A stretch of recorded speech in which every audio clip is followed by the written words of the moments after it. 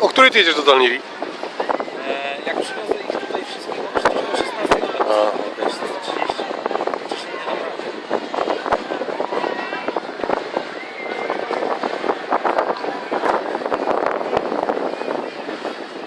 Warhard chyba.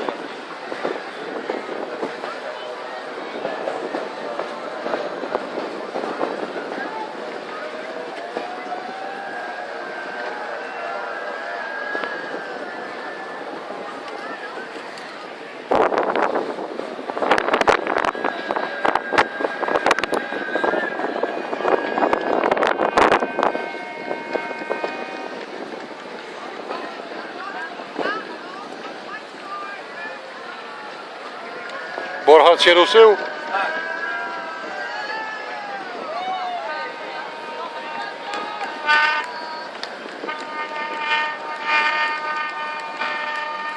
Do dróg głowy.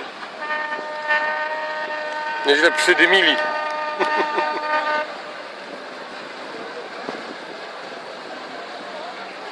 Czyli zajebiście to żagle wystawili. No. Ty patrz jaki kucharz, zobacz na tym tym.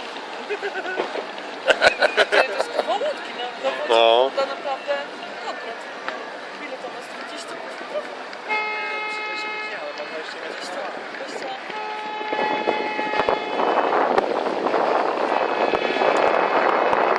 Fajnie, że nie sobie zrobił. Nie, nie.